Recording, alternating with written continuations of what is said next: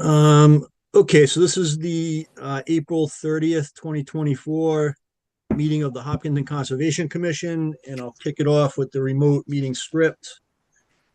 Pursuant to Chapter 2 of the Acts of 2023, this meeting will be conducted via remote means in accordance with applicable law. This means that members of the public body, as well as members of the public, may access the meeting via virtual means. Participants may access this meeting through the remote meeting link as posted on the meeting agenda and through the town's online calendar. When requested or required by law or allowed by the chair, persons wishing to provide public comment or otherwise participate in the meeting may do so by raising their hand or otherwise signaling their intent to speak. This meeting is being recorded by HCAM. Please take care to mute your microphone unless you have been recognized by the chair. We'll now confirm attendance of members and staff. Please respond with present if you're on the call. Melissa? Present. Ed? Ed is present. Matt? Present. Jim, I don't believe is on the call. And Ted and Janine aren't joining the meeting tonight, but we have a quorum, so we can proceed. And then for staff, Kim? Present. Anna? Present. And Joe with Lucas Environmental. Present. Okay, great. Jeff, Jim is in Carolinas and he's going to try to get in, but he doesn't know. Okay, perfect. Thanks, Ed, for the update. Okay, so let's see. We'll start off with the work session items. We have no documents for review tonight. No draft minutes for review, which takes us to 1 Fox Hollow Road. This is a minor plan change request or a minor project change request for Mr. Saki. So Kim, do you want to give us a little bit of background? Sure. So this is the last undeveloped lot in the subdivision. So right now we're looking at the original plan that was approved by the Conservation Commission. It's a single family home with associated driveway and septic. You'll see here in this lower yellow line, this is the 100-foot buffer to BVW. And then this line that's closer to the house, this is a 125-foot no disturb line to vernal pool. The applicant is requesting a minor plan change.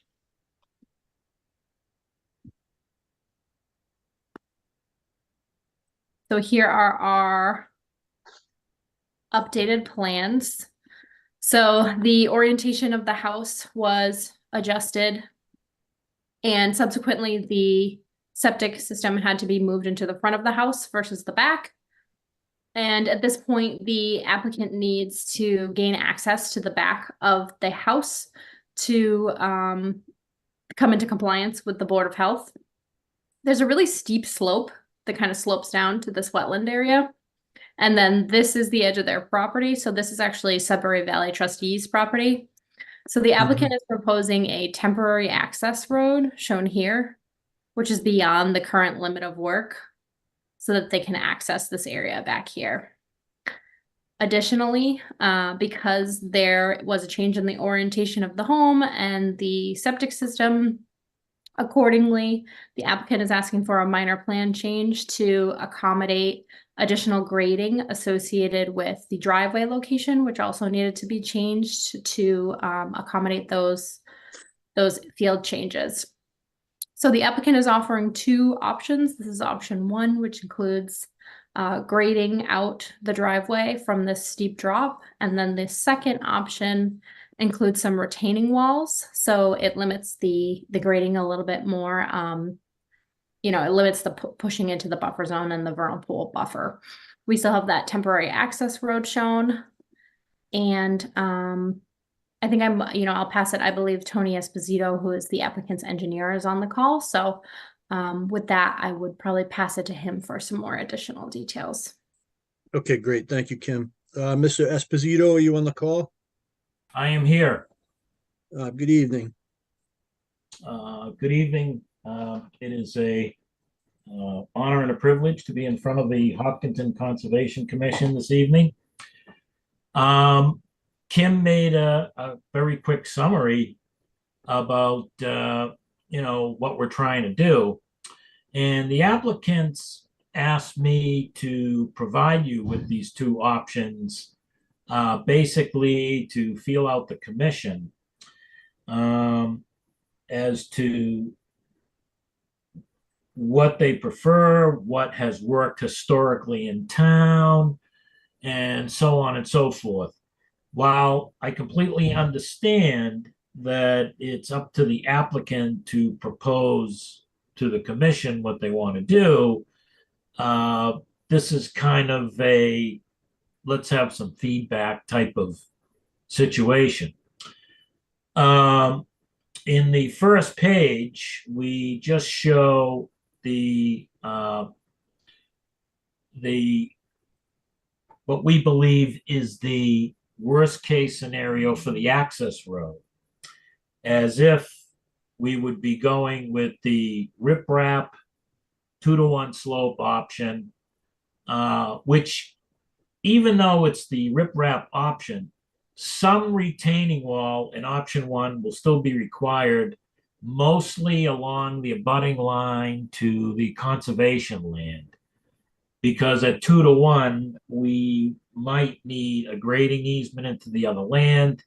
And there was some discussion that is a conservation lot, if you will, and that it would be better if it was left as natural as possible. The access road hugs that lot line for a very simple reason. The house is erect. It's not quite finished inside, to the best of my knowledge.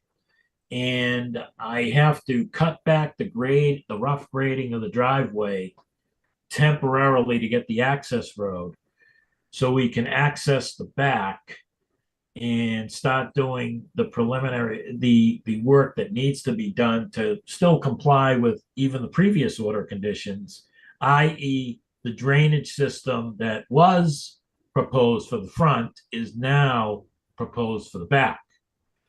Little grading to flatten out the slope and back to support the drainage system. And then we work our way out and start working on the grading for the driveway in a counterclockwise, if you will, route. Mhm. And the contractor previously thought that he could go on the as you're facing the house to the right side of the house for an additional access. The building contractor or the general contractor said, I have concerns about the foundation, even though he thinks he can make it. So basically, with the constructed swale in the drainage easement, as you see in a crosshatched area, that was constructed actually by the GC at the request of the neighbors, whether they did it through a homeowners association or just a neighbor group. And that limited his access to the rear. Mhm. So the 2-to-1 slope is close to the wetland. It has a little bit more disturbance within the 100. Option 3 is about anywhere from 50% to maybe double the cost of, based on preliminary pricing I got from contractors. That's a segmental wall in 2 tiers in option 2. What we will do is we grade a 5-foot area that's about 2% shedding away from the driveway with a fence and curbing. So any car that happens to come into the driveway a little faster in the winter and happens to catch some ice, there's something for the car to hit before it topples over into the wetlands. So we had to put some safety features in, which extended the grading out into the buffer zones. Mhm.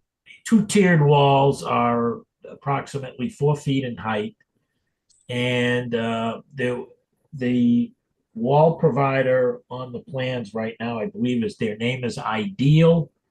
but there is an or equal option for segmental walls to, basically construct the wall. It's going to have to be reinforced with plastic membrane. So that would be going back towards Fox Hollow Road. So if we were to go to option 2, we can reduce slightly the access road a little. But we wanted to show on sheet 1 the maximum we think we need. We also line the edge of that access road with erosion control. Hay bales, silt fence, straw wattles, whatever the commission finds most appropriate for a site like this. All right, what else do I need to mention? So I think that gives us a kind of a good overview, Mr. Esposito. So a couple things. Thank you for the summary of the scope that you guys are, the different scopes that you're contemplating. I guess from a commission standpoint, the option that minimizes impacts to the wetlands and buffer zones is the option that, we desire. Secondly, I will say that there's some pretty significant modifications that are being made to the site that weren't addressed in the original order of conditions. The foundation shift of the house, the drainage system being shifted to the back of the house, the temporary access road to get to the back of the house, the grading and the retaining wall, and regarding the easement, associated with the grading, the conservation restriction is held by the Sudbury Valley trustees. I think it's going to be a very high hurdle for you guys to get them to allow you to get access to that property,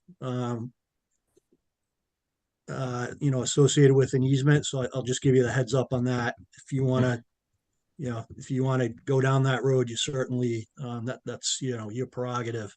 But I think it'll be a challenge. So having said all that, I think that a minor plan change request isn't appropriate in this case. I think we're looking at an amended, notice of intent. And that's my view. I'll open it up to Kim and the other commission members for their input.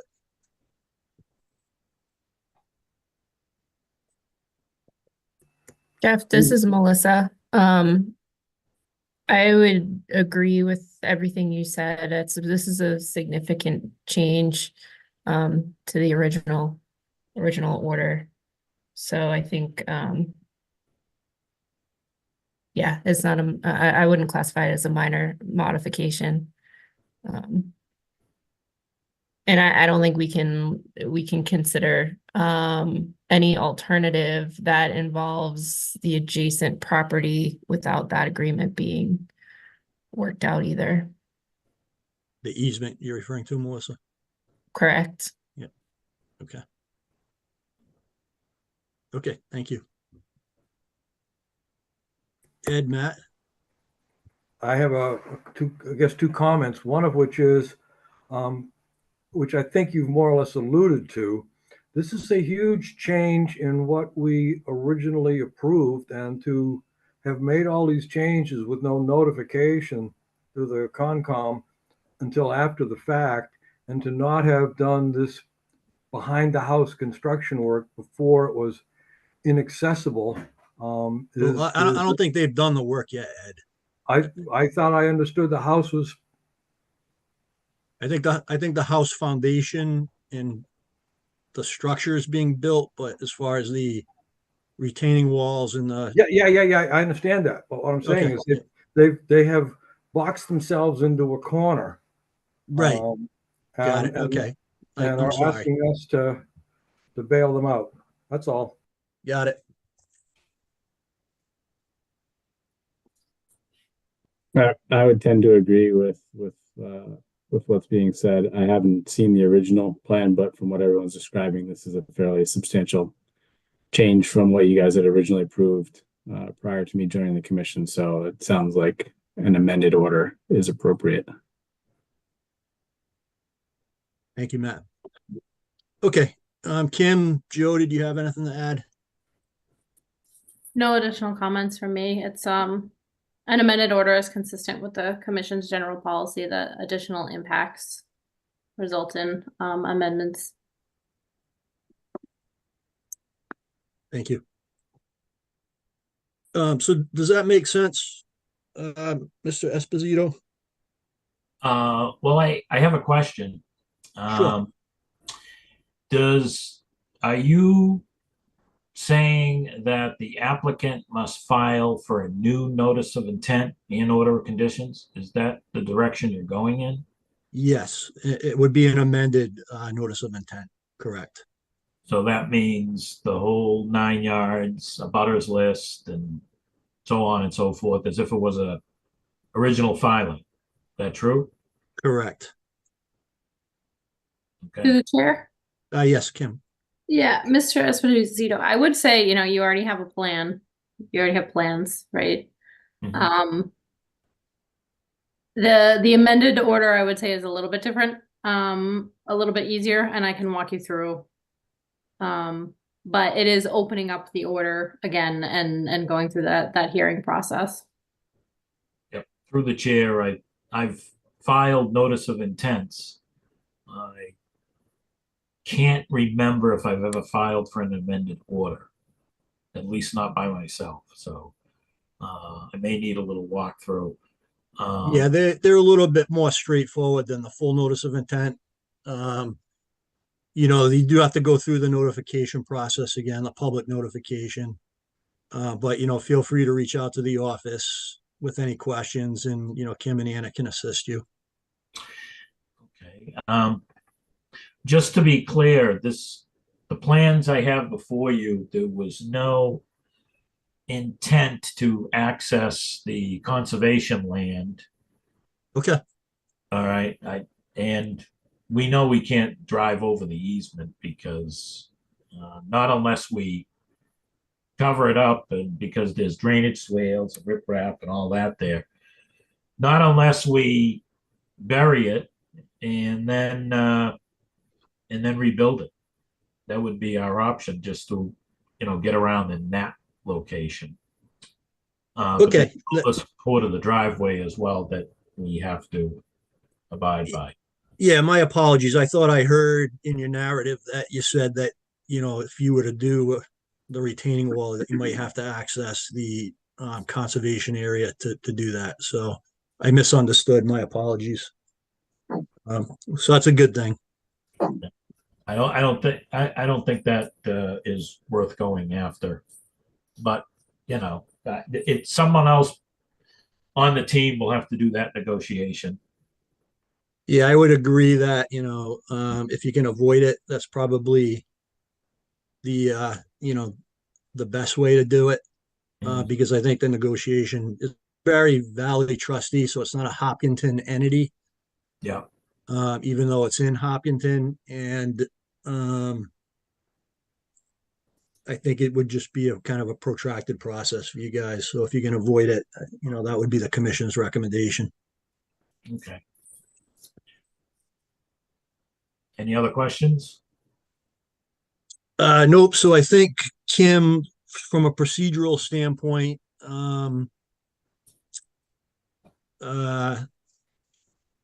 does the original notice or order of conditions, I guess it doesn't need to be retracted, right? They can just file the amended NOI. Yep, I'll work with the project team to get the amended NOI filed. Okay. All right. I just wanted to make sure that they don't have to do anything. Nope. And the commission doesn't need to take any formal action on this request either. Got it. Okay. It looks like you have a comment from the public. Yes. Do we have any comments from the public? Yeah, hello. This is Varada and Sauji from One Fox Hollow Road. Yes, good evening, sir. Yeah, hi, good evening. Thank you everyone for your suggestions. Thank you, Tony, for the presentation. Question is like, so whatever the changes that are required for order of conditions, should we appear before the board again for the next meeting? It probably won't be the next meeting, but you can, so there's more permitting. Because of the scope of the changes on the projects, Mr. Saki, it doesn't qualify for a minor plan change. Mhm. It has to be an amended notice of intent. So there'll need to be a new filing for that. It'll take a little bit of time for your consultant to pull that together. So, if you can do that fairly quickly, I would say, you'll be before the commission possibly in June again. I think our May meetings are going to be a little bit of a stretch for you to pull all that together, and you have to do the public notice, of course. So, I Um, think, mhm. yep. Sorry, go ahead. No, so the construction is also going on pretty slow, and then so we are actually, um, so we are relying on a lender to fund the project. So there is a like a notice from them that the project needs to be finished in certain time. What would be the process to expedite the things? So we're just wondering what could. The process would be to have your consultant pull the application together as quickly as possible and submit it to our office. Okay, so that means Tony, right? Yes. Okay, all right. Yeah, okay. So I'll touch base with Tony and then. Okay, and Mr. Esposito, as we said in the hearing, is welcome to reach out to Kim or Anna if if you folks have any additional questions. Okay. Yeah, thank you, everyone. Yep. Thank you, sir. Any other comments, questions from the public? Okay, we'll move along with the new hearings. What's the time check here? Let's see, 7:25. Okay. So we have 22 West Elm Street. This is a request for determination of applicability for an above-ground pool and deck. So, and I'll open the hearing officially. The Hopkinton Conservation Commission will hold a public hearing on Tuesday, April 30th, 2024 at 7, virtually online to hear all persons interested in a request for determination of applicability filed by Derek Prisbys. And if I mispronounce that, I apologize, to install an above-ground pool and replace a deck with a patio. The location is 22 West Elm Street, Assessors Map R22, Block 212, Lot 0. Okay, do we have a consultant or the applicant on the call? I am here, Derek Pashivitz, but close on the last name. I know it's a tough one. I wouldn't want to have to spell that if I was your teacher. Yeah. So there is, I'll say 4 parts to the project, right? So I'll start on the front walkway. So right now it's bluestone that's degrading, and the idea is to just replace the bluestone. That's pretty simple, but it is within the 50 feet. And then moving around to the side of the property, that walkway was damaged with a plow. So the idea is we're going to fix that. Again, there's the grading with the old stones and replace those stones, which moves to the back where the pool would be. And I know there was a few questions, so I'll try to address them as I go. So one question was about backwashing or draining. So the idea with the pool is that it will be backwashed or drained to the northeast east side of the property, so that way it stays away from the wetlands. And then Okay. the deck and patio area would also be kind of redone at the same time, with the same patio stones, and then a sitting wall around the patio will be created. Okay, And then there was a question about straw wattles, which I'm not opposed to putting in for the installation to make installation of the patio as well as the pool to make sure that there's nothing that leaches over to the wetland area. Um, there was a question about the stakes on the northwest side near the deck.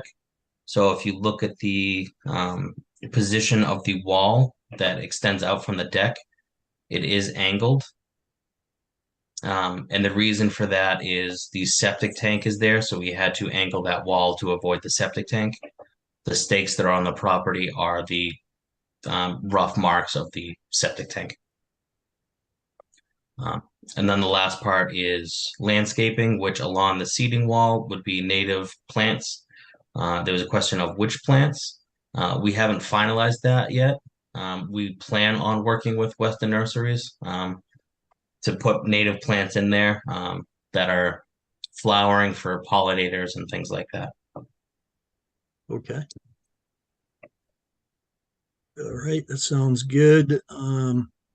So Joe, did you want to go through your comments on the permit application, please? Sure. I think a number of the comments were just addressed by the applicant, but I've got a couple more that I just want to mention. I did review the delineation and was in general agreement with almost all the flags.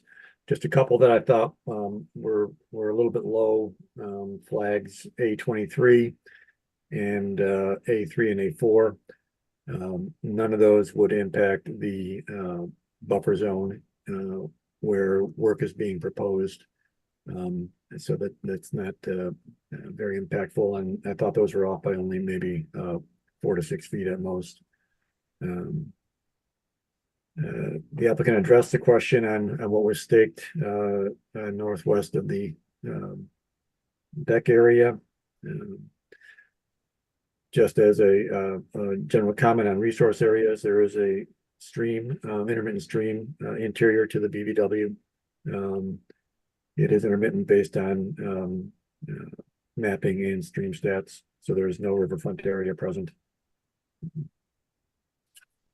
So that's not showed on the plan, correct? It's not correct. It's interior to the BVW. Okay, so that wouldn't be confirmed on the plan. The intermittent stream. Correct. Administratively, I didn't see the RDA filing checklist in the material reviewed or the bylaw fee calculation worksheet. I'm not sure if those were submitted or not. And minor issue latitude and longitude were off on the WPA Form 1 by about almost 1,000 feet. The commission may want the correct coordinates for the project provided. The applicant addressed the native shrubs, native plant list, and I did notice that the second page of the certified abutters list seemed to be missing from the application material that I reviewed. And I thought that should be submitted just to be sure that all the abutters were properly notified. And the applicant addressed the comment on the backwash or draining. And that sounds like it's going away from the wetland, which is appropriate. The Elton noted that the existing conditions plan is dated February 27th, 24, whereas the delineation report, the wetland border report, was dated stated that the delineation was done in March. So I don't know if the plan is dated correctly, because it does show the delineation that apparently occurred after the plan was prepared. And I had mentioned the erosion control barrier, which the applicant addressed. So I don't have any further comments at this point.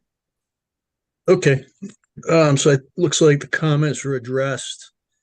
Kim, was the application complete as far as you're aware in terms of some of the, Joe didn't get to review it, apparently the abutters notification list and the RDA checklist.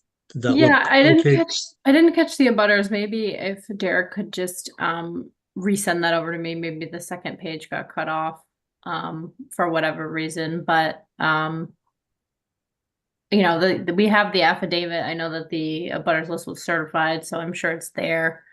I feel okay about the other items. I can get the latitude and longitude on the any form that we decide to issue. Okay. All right, questions or comments from commission members?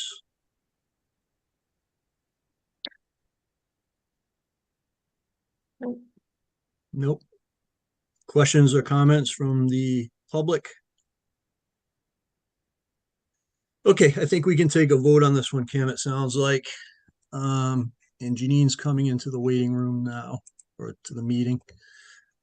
So if I can get a motion to issue a negative request for determination of applicability for 22 West Elm Street.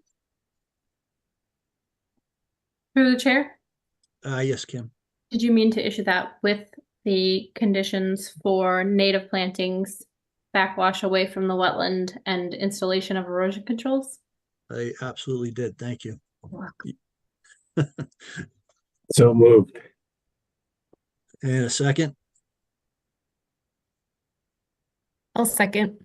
All right, we'll do the roll call. Melissa, Aye. Matt, Aye.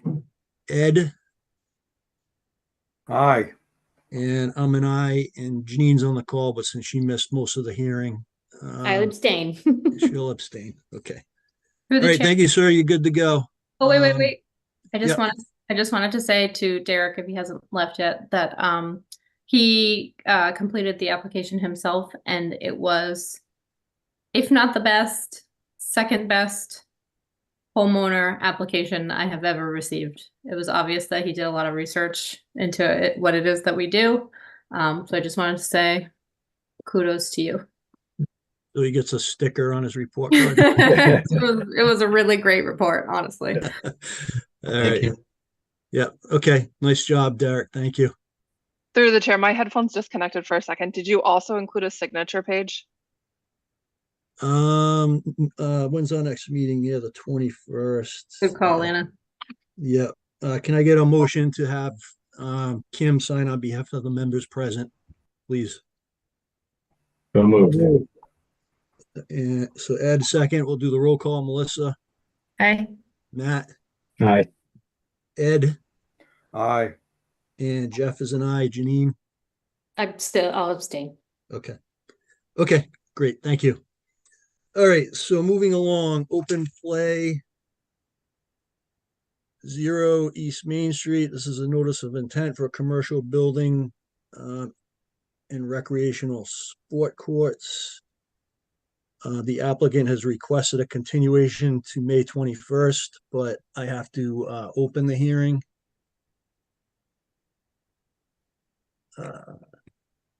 Hopkinton Conservation Commission will hold a public hearing on Tuesday, April 30th, 2024 at 7 p.m. virtually online to hear all persons interested in a notice of intent.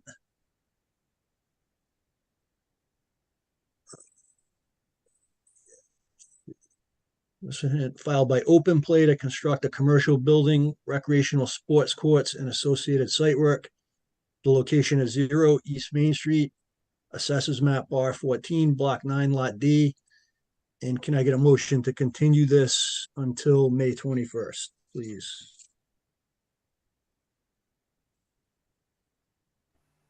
This So is Ed. moved. So moved. All right, and we'll do the roll call vote. Melissa, Aye. Janine, Aye. Matt, Aye. Ed, Aye. and I'm an aye. Okay. Mass Laborers Training Trust Fund, 37 East Street. This is a notice of intent for the Cola Building. Parking lot and drainage repairs. Good evening, Mr. Chairman. This is Scott Goddard, Goddard Consulting. How are you this evening? Good, Mr. Goddard. I just have to open this up Yes. formally before we have you jump in. If you can bear with me for a second, I gotta find the.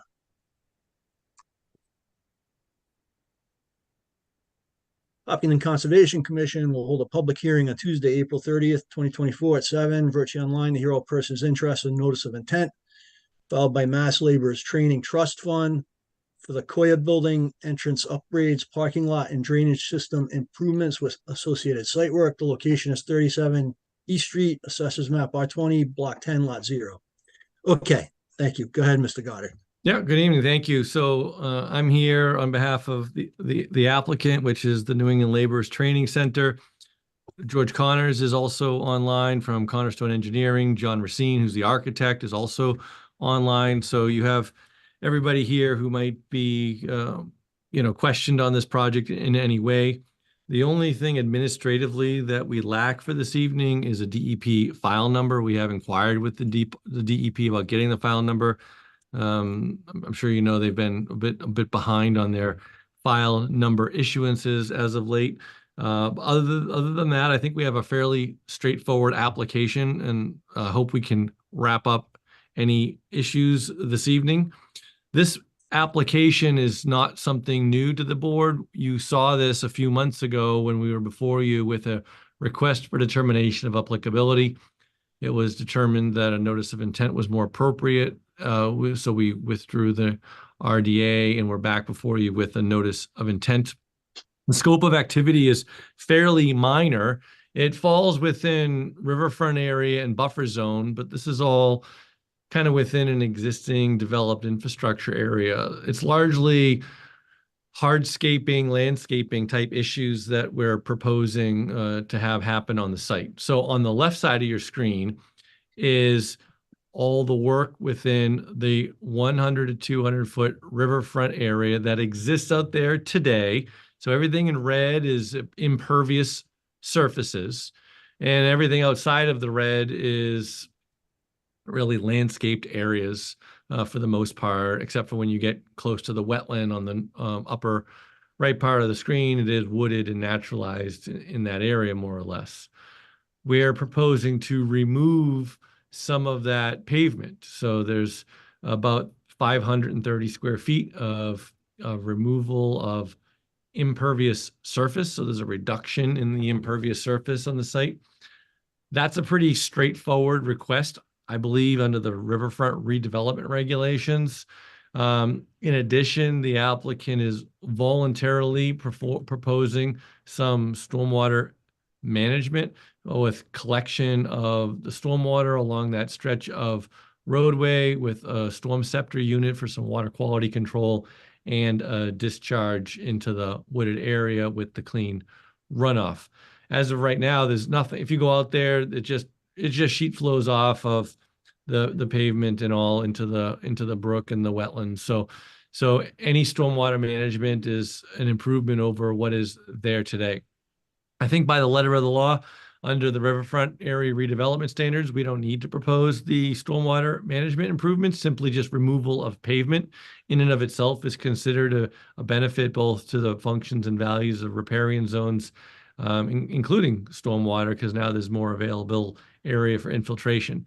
But nevertheless, we have included those voluntary upgrades, and that work does take place within the buffer zone, which is the only place to discharge the water, which is already going in that direction. We got a peer review letter dated April 24th, 2024 from Lucas Environmental. It's a couple pages long. I read through it, and I mean, I don't want to speak for Joe. I don't think there's anything in here that's really substantive that would change the request that's before you. On page 2, it talks about being in general agreement with the wetland delineation. There was one small tweak to mean annual high water flag B4, which is on the upper part of your screen. No, that's the wetland flag. If you go to MAHW B4, which is right where the arrows, right around there. So there was a request to tweak that one flag, which even if we tweaked it a couple feet, it wouldn't change anything with respect to the request. There was a request on the top of page 3 for some kind of a documentation about the total degraded area on site, maybe looking at the site in a more holistic approach. That is, I will say, of all the comments, I think that's the one that I might feel a bit differently on, in that I think for this is a large property with a lot of infrastructure going on. And I think quantifying everything going on in the site within riverfront zones would be a bit onerous for the scope of this application. I think the riverfront redevelopment standards allow isolated projects like this to take place, knowing that they by themselves represent improvements to the riverfront functions. So I'd request that we don't need to satisfy that request of Lucas. Everything else is pretty small. There was just recognizing that there's a couple of small white pine trees where the outfall is going. We're proposing to restore that area with native seeding, which I believe is appropriate for the area. What else? There was a comment about the fee at the bottom of page 3. That was resolved with Kim. Checklist for completeness is all makes sense. The last thing is on page 4 of Joe's review letter. There is bullet point number 3, which is an ABCD 4 minor plan change requests. These all are very, very, very minor and very reasonable. I don't think they would be necessary for the commission to close and vote on this, but we can certainly submit a modified plan that reflects those 4 notes. One is the labeling of the BLSF line. If you look right near the wetland edge, elevation 239, that boulder line, that's the BLSF line or floodplain line, which doesn't have that designation on the plan. True, not sure it's needed because no work's proposed within it, so I think that comment could go without. The second one is about whether or not PIBs are necessary. I think in this particular case, I don't see the need for them. This is all kind of existing infrastructure out there. There was a comment C about the general notes on the plan, asking for clarification on who performed the wetland delineation, and that the citation of the aerial photogrammetry with the date of that and all. I mean, those are some typos, I suppose, that could be adjusted. And D makes reference to citing straw bale instead of hay bales under the erosion and sediment controls, which is reasonable, and certainly I think that one there for sure could be conditioned by the board. So I think that more or less hits the main points from Joe's letter. I don't see anything there that kind of is a showstopper. I think this is a minor project, and I'd like to see us advance this conversation tonight, hopefully to the point of closure, if not darn close to it. And I know many commissions have a practice of not closing public hearings without a DEP file number, so that can be discussed. It is possible you could close it subject to the file number coming in prior to the next hearing for issuance. But I'll put it back to the commission with that before you. But maybe Kim, the yellow plan, yellow and red plan might be the better one for graphical depiction. There we go. All right, thank you. Okay, great. Thank you, Mr. Goddard. So yes, the Hopkinton Conservation Commission has adopted the policy of not issuing or closing until we have a DEP file number, Right. just so you're aware of that. Yep. But I think we can get pretty close in our conversation tonight. So let me just give Joe the opportunity to respond. And Joe, let's just kind of touch on the high level things here. I don't want to go bullet by bullet through kind of the administrative type ticky-tack stuff. Maybe if you can respond to the cumulative impact comment, the alternatives analysis, whether you feel that's sufficient. And I guess in general, question in the back of my mind, Mr. Goddard, is you're proposing to cut down some fairly large trees out there. I guess after Joe's done, maybe you can just respond is that necessary? If it is, I'd like to hear that, but is it, is there an opportunity to avoid that if we can? So Joe, if you don't mind jumping in. Sure. Please. Just initially regarding the comment, or our comment on the flag change, I did have a chance to go back out there and look at that flag with some lower water levels. And I think it's probably, 12 to 15 feet low of the mean high water line, but the buffer zone or the inner riparian zone is about 100 feet, 30 feet from the proposed work, so it wouldn't impact the proposed limit of work. Just wanted to mention that. Okay, great, thank you. With the comment regarding the table, if I recall, we have the commission has requested that previously of projects on the laborer's site when there's work in the riverfront area. So I think there's there may be something that has been submitted previously that has everything totaled up to this point. I think seeing as it is one lot and there is a lot of activity that has occurred within the riverfront area, even though most of it is in degraded or developed area, an up-to-date table might be useful for the commission. Maybe not so much for this project, but for when another one comes down the pipe. As you had mentioned, the trees that are being proposed to cut, there are several larger trees noted in the application. 4 live white pines ranging from 18 to 22 inches.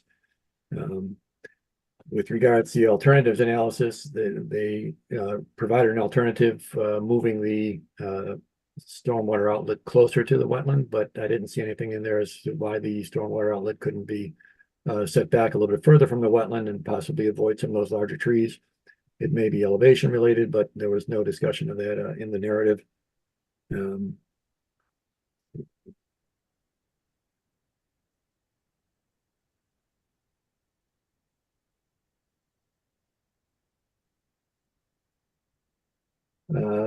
With respect to the plan changes, I would agree that most of those are minor items as far as labeling the bordering land subject to flooding, PIBs, and the erosion control. I think that covers all the ones you'd asked about. If not, please remind me of any of the other ones you wanted me to touch on. I think that was it. That was what I had on my list. Mr. Chairman, I let just me- have a couple of quick thoughts to Joe's comments that might Sure. help the conversation, and then you guys can take it away. One is, I like the idea generally in principle of having a total cumulative amount of riverfront area for the entire parcel when projects come before you within riverfront area. I would say the next time that there's a proposal to increase in any way degraded surfaces or impervious surfaces within riverfront area, that request makes 100% sense to demonstrate, the whole, 10% pre-existing versus new development, redevelopment, all that stuff. But when there's a very minor and it's a reduction in impervious surfaces, not closer to the river, that level of detail is automatically satisfied by the delta in this application. So I'd request that is a bit onerous relative to the scale and scope of what we have before you. But the next time something comes in, or if something comes in that increases riverfront disturbances, absolutely. Number one. Number two, on the stormwater stuff. The stormwater stuff is proposed here as a discretionary improvement. The applicant would be happy to not propose it. I don't think it's required under the regs. I think from the wetland regs, it's considered an improvement and a benefit, and that has to be weighed versus the removal. Some of those trees are dead, but there's a couple of live pine trees in there. That outfall has been pulled back as much as it can and still have positive pitch to the outfall. So from the storm scepter, we have an outfall at elevation 241.3. we pulled the outfall to the pipe all the way down to just the 241. So there's only 0.3 of a foot elevation change from the outlet to the storm scepter to the outlet of the pipe. We have to have some pitch. And so basically at the earliest point that water can be daylighted through gravity is where the riprap and the pipe outfall lands. So I don't think that any further alternates exist in order to still accomplish that gravity feed stormwater management. Yeah, so those are my two comments that hopefully can assist your conversation. Okay, the chair, that's what I assumed on the outfall, but it wasn't mentioned as in the alternatives as far as why they couldn't pull that back. So Yeah, that yeah, it would be helpful, Mr. Goddard, to include that in the alternatives analysis, just for, so the record's complete and we understand, Yep. Why you couldn't do it. I like the stormwater improvements that you're proposing there. I think that'll be helpful. As far as the cumulative analysis in the riverfront area, I think that seems reasonable to me, but I'm going to open up, I'll defer to Kim on that. And, it seems to make sense that, in the next phase of, any type of work at this site, if there's an increase, then it would make sense. But again, I'll defer to Kim, and I'm going to open up to the other commission members for their comments and questions. Through the chair. Yes, Kim. All right. I want to touch on both the stormwater and then the cumulative impacts in case I get sidetracked. Okay. So first, stormwater. I would love to know from our stormwater consultants on the commission. I was under the impression that the redevelopment triggered by the repavement of the parking lot required stormwater improvement to the maximum extent practicable under the current MA stormwater standards. Is that correct? That is correct. Yes. Redevelopment projects required to complete some kind of improvement. Yeah. Okay, just wanted to verify that. And so it's not a voluntary, improvement. It's required.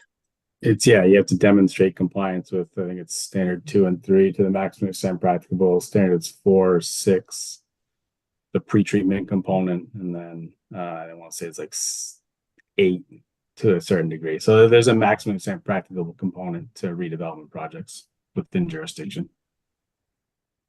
Okay, thanks, Matt. Thank you, Matt. And then the second thing I wanted to touch on was just the cumulative impacts. If we're talking about scale and scope, like from my perspective over here as the agent, I think we have a filing on almost every single building in this campus. I'm really, I'm excited for Laborers Training Fund. I'm happy that they are having so much investment in Hopkinton and that they're having success so that they're able to run these great programs. But that being said, unfortunately, I think the agent before me set a precedent that these projects could be piecemealed. And I'm trying to kind of undo that because in permitting, you think about single and complete projects. Obviously, practically, that can't always happen because of the nature of construction. But when we evaluate riverfront area, the regulations are clear that it needs to happen cumulatively. So I do feel like I'm struggling to really say whether or not any of the projects meets the performance standards. And then when cumulative impacts do come in, it's not always clear as to how exactly they were calculated in terms of what we're considering disturbed permanently, temporarily, undisturbed. And Cornerstone is doing all of these projects as the engineer on file. So I'm assuming that they have a full campus CAD already in place with all of the existing projects. So I'm not sure that it really would be such a huge lift for them to be able to provide some cumulative impact numbers. Okay. All right, Kim. Questions or comments from other commission members? I just have a general question. Going along the theme of the looking at the campus wide, is there a like a campus wide operation and maintenance plan that this storm scepter unit kind of gets worked into and cleaned on a routine basis. Can you talk about that at all, Scott? Yeah, so Or anyone on the call, really? yeah, I think George Connors is on the call with us. Might be helpful for him to chime in on that. Let me just see if I still see him on the. Yeah, I'm here. Oh, yeah, There go are ahead. storm scepters on several of the various building sites. There are O&Ms for those, all approved. Most of the stormwater management facilities are in the process of being constructed. So there are O&Ms for those. And there's an O&M for this one as well. Okay. Is this property in the Charles River No, watershed? no. No, okay. George, can you comment too on the previous discussion we were having about the ease or difficulty of a cumulative mapping of riverfront, development on this entire property? Up until this particular project, there's been cumulative tabulations of the wetlands impacts, including river zone. The last project was the extension of a gas line through the campus, which went through existing driveways and under culverts by directional drilling. And that tabulation has been provided. During that process, there were some revisions to the tabulation as the pipeline's location changed, but there is a final tabulation of the riverfront area on site up until this particular location, which is not a new location. I will note that we had agreed sometime in, I believe it was November or December on a site walk, Kim, that we would do this drainage improvements in order to expedite the little bit of a change at the front of the Hoya building here. It was certainly a system that we were going to try and take it right down to the existing bridge at the river crossing. But during that process, we brought it back here out of the river zone because of some issues with the review. In terms of riverfront area that is impacted to a greater extent, it is not this particular project that changes that tabulation. Lesser of an impact. So it would be a change. It would just be a decrease in riverfront area impact. Yes, And and I guess deferring to Kim's kind of comment, it doesn't sound like it would be too heavy a lift to update that. And I guess for maybe a narrative as to the methodology behind those calculations, excuse me. Kim, is that what you had in mind? Yeah, that would be great.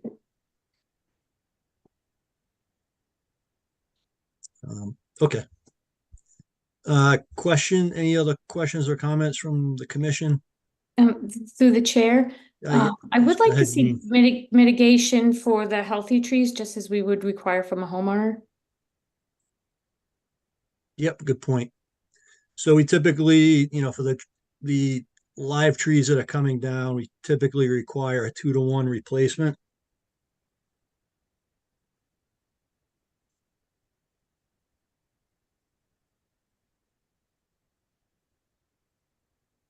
Was that a question, Mr. Chairman? No, that was a statement. Okay. I had one quick comment. Yes, Matt. There are calculations in the stormwater report for the outlet protection, which are great. It would be even better if there was an outlet protection detail included in the plan set.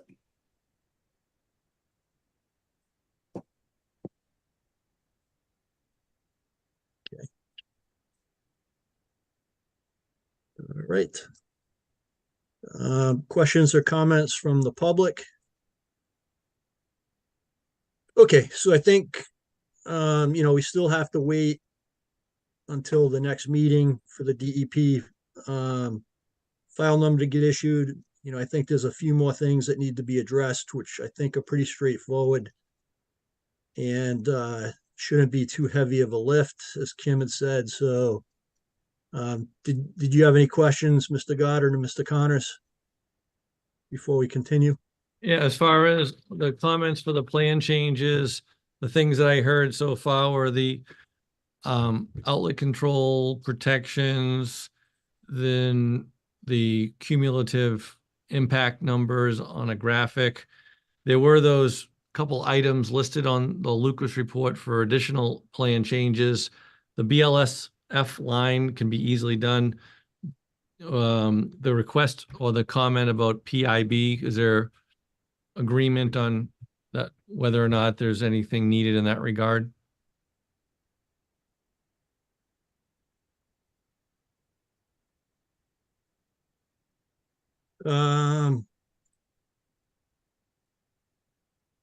So Kim, what are your thoughts there? This is not typically a location where the commission has historically required a PIB. And there's not a lot of activity in that area, right?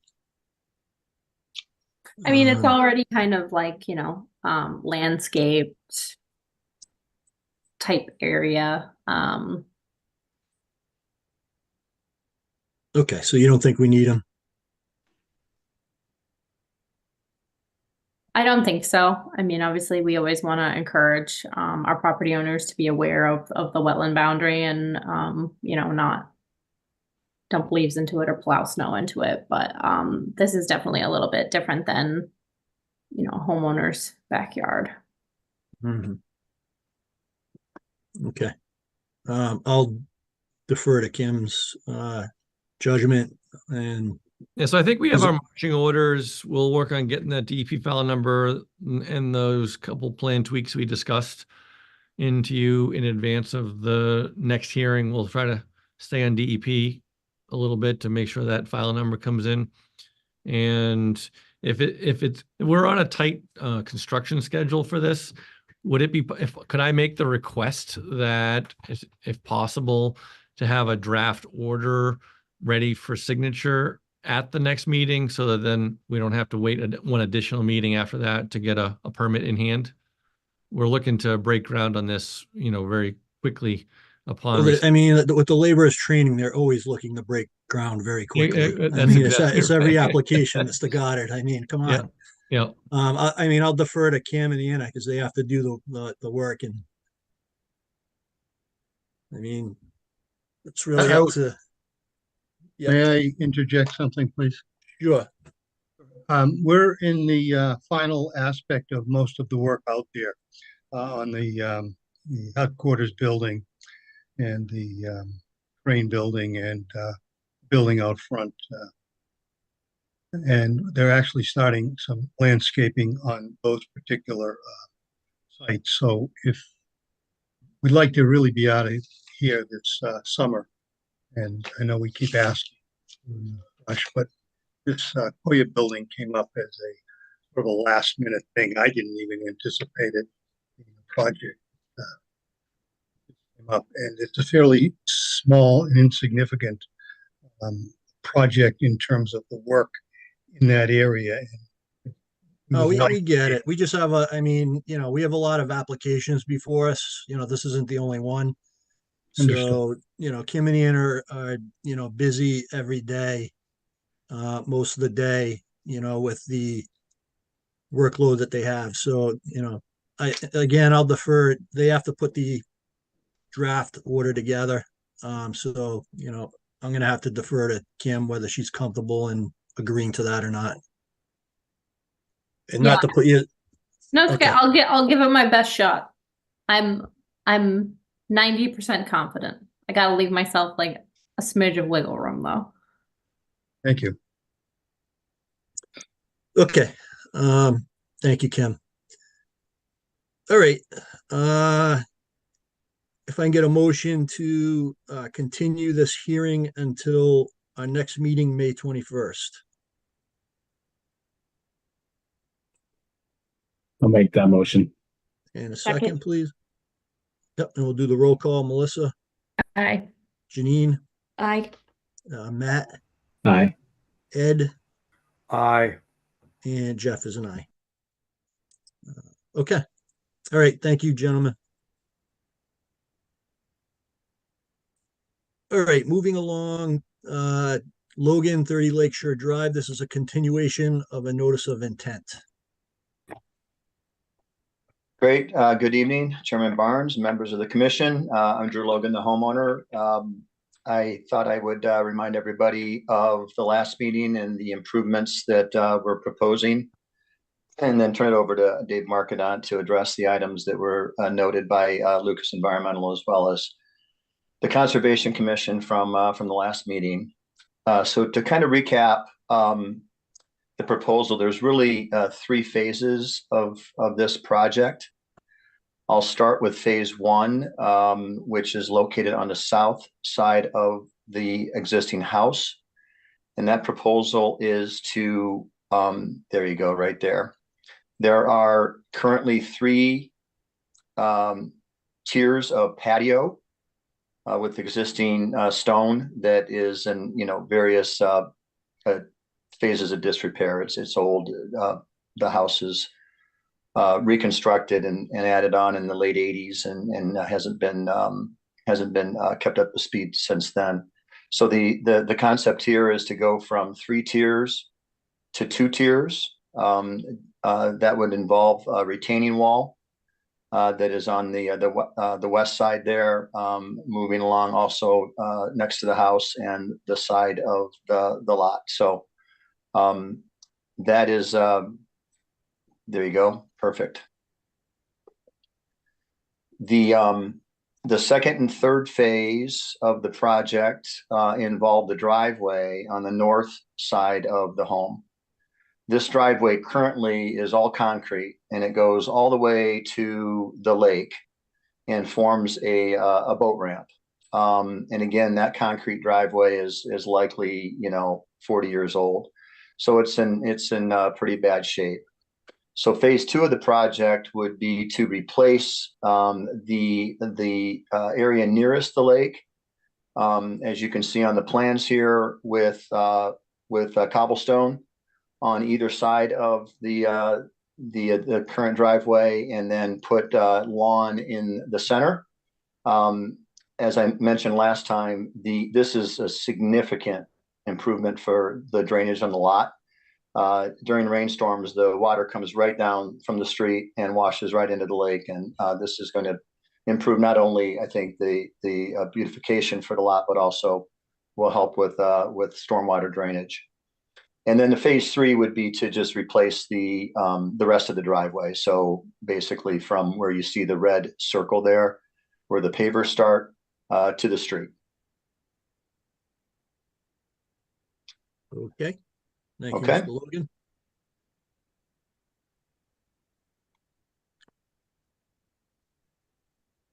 Dave, are you available to walk through some of the details?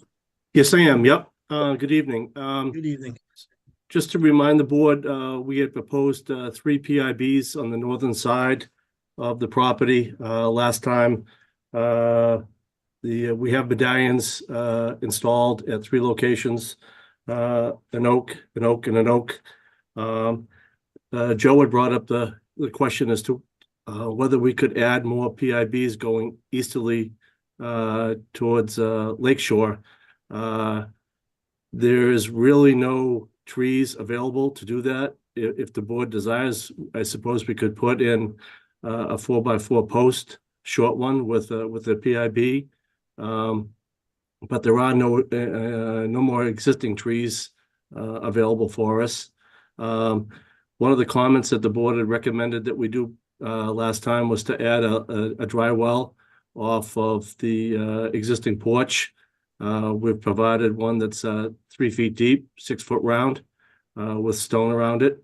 That's going to take that downspout nearest the porch into that location. A couple of comments that Joe had brought up previously have been addressed with the flood zone through. There you go. Yep.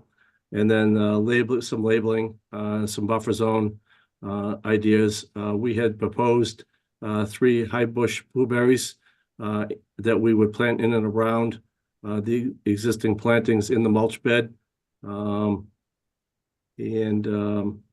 then I guess one of the concerns we had that Joe had brought up, I guess I missed that, I thought we were dealing with a flag number 6 over by that existing bridge on the northern side, where we had some hydric soils. Joe had mentioned in his letter that it went all the way kind of a foot to 2 to 4 feet off of the existing retaining wall. I was unsure from Joe whether that went on both sides, if that was on both sides of the boat ramp, or if it was just on that one northern edge nearest the bridge to the boat ramp. So, and then I guess in talking with Drew Logan, we are going to file for Chapter 91 for the docks. We were a little unclear as to how we would present the existing retaining walls, file for a retaining wall that is quite old, is original, and not sure when it was built. I'm assuming it was in the 60s. The lot was created in 1921, thereabouts. So I'm sure the wall's been there for quite some time. But Mr. Logan's having us prepare documents for the filing with Chapter 91 for the 2 docks.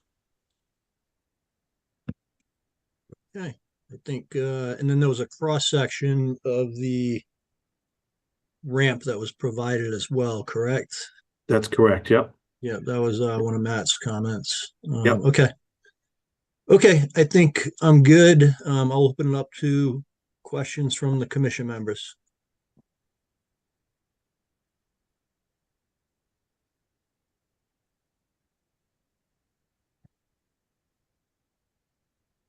I Everyone's think the okay? changes look good. Yep, I agree. Thank you. Okay, questions or comments from the Through the public? chair? Yes, Kim. The only concern I had that I mentioned to Mr. Logan was that I was slightly concerned that these blueberries were gonna not survive. They like to be a little bit wetter. So if you're amendable, Mr. Logan, I'm happy to work with you at the time whenever you're ready to do plantings to find something that might have a higher chance of survival there. Absolutely. I'd rather Okay. put something on this than die. So I appreciate that feedback. Thank you. You're welcome. All right, thanks, Kim. Okay, questions or comments from the public? All right, and we have an application number, so I think we are ready for a vote on this. If I can get a motion to close and approve the notice of intent with the conditions noted. And a signature page, please. And the signature, please. Page that Kim will sign on behalf of the members present. Thank you, Anna. So moved. And a second. Second.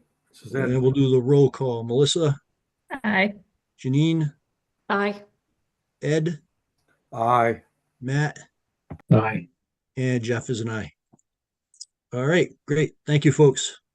Thank you very much. Yep, have a good evening. You too. Thank you. All right, moving along, Hopkinton Stone and Garden, 28 Lumber Street. This is a continuation of a notice of intent for a commercial building. Good evening, Mr. Chairman. Again, Scott Goddard, Goddard Consulting, a wetlands consultant, George Connors, engineer from Cornerstone Engineering, and Doug DeWolf from Newview, who is on with us as well. So you have the whole team. This project has been going on for some time, and I'm excited to see that we've made substantial progress, both in substantive responses to the commission's earlier reviews with supplemental submittals, and then a good and thorough review from Lucas, memorandum number 2, dated April 26, 2024, which I think was last Friday.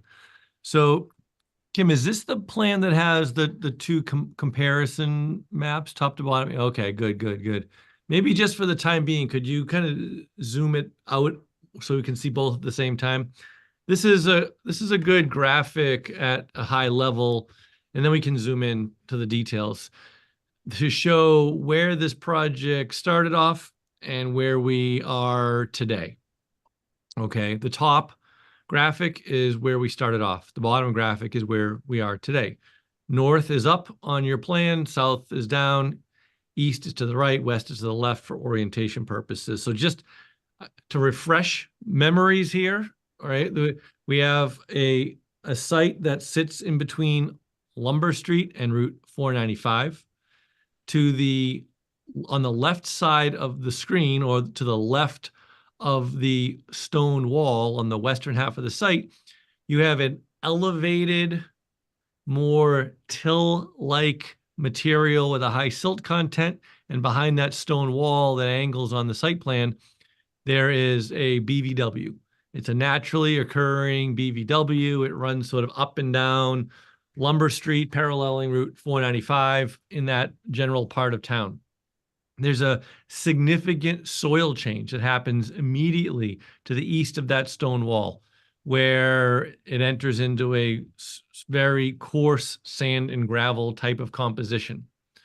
Okay, so everything east of that retaining wall where the soil changed was mined gravel during the Route 495 construction operation going back many decades at this point. So everything that we're proposing for development on the site is in that lower tiered mined portion of the site. So that's everything in color, right? All the way from the left side of your screen all the way to Lumber Street. This is the portion of the site that sits, several feet, measurable feet, 8 feet or some such thing, lower than the left side of the site. Okay. The area where the building is proposed is the area that sits handily above the groundwater table, such that it's an upland, non-flood storage kind of an area. The part of the site that is in the irregularly shaped green, okay, has been cut into the groundwater table and has developed some wetland characteristics and has maximum 100-year flooding extent out to the red line, which is kind of like a closed loop, which would qualify as isolated land subject to flooding. So and that's both under the state and your bylaw, the ILSF. So ILSF has distinctive characteristics for performance standards under the Act, which is where we think we need to start the conversation. The state doesn't recognize isolated vegetative wetlands, so the benefit of that green area is per your bylaw. But the broader red area of isolated land subject to flooding is a state regulated area with two performance standards. One is flood control and the other is wildlife habitat. So we went through an ANRAD process. We went through multiple years of review. We were asked on multiple years and multiple times to evaluate this area for vernal pool conditions. That's been done. It's been independently reviewed by your peer reviewers, confirming the absence of vernal pool activity within it. Because of the gravel composition, the water fluctuates fairly rapidly within that lower portion of the basin. So it's wet enough near the surface to develop wetland conditions. At times there's standing water. It disappears with enough rapidness that it doesn't seem to support the type of amphibian habitat that would be indicative of vernal pool habitat. So we're more or less dealing with a flooded depression, or at least partially flooded depression. So if we remove wildlife habitat from the standards of review, then we're looking at this being more or less a flood storage analysis. It's a little bit different than BLSF, which is the bordering land subject to flooding, where you have to have 1 foot to 1 foot incremental and cumulative compensation at every foot as the floodwaters rise. ILSF doesn't have that same measurement of success, but the volume of water does have to be accounted for so that there's not increased flooding, which can be done in any number of ways. Further excavations, in this case, subsurface flood storage accounts for part of that. Okay, so what we did is we moved from up top to where the brown area in the center of your screen encroaches into the isolated vegetated wetland by just shy of 5,000 square feet. And we've reduced that passing lane to the rear of the medical building, narrowed it up enough just for the minimum acceptable width for an emergency vehicle, removed the stormwater infiltration that was proposed behind the medical facility to tighten that rear lineup as much as could be done, which gives us just over 2,000 square feet of isolated vegetated wetland alteration. Now, by doing that, we still have to, under your bylaw, compensate at a 1.5 to 1 ratio of IVW fill and replication. That's done in the 3 zones adjacent to the green that are outlined in blue. So in 3 different areas, these are basically side slopes of former excavations, right? And the area that's on the southern part of your screen, where the blue circle is, if you remember from previous iterations of this analysis of the site, that's an area that has stockpiles from landscaping activities that's encroached from the adjacent property. So that excavation is on an area that's already being used for some purposes, not endorsed by this property owner, but encroachment by the adjacent landscaping yard. So it's a heavily disturbed area as well.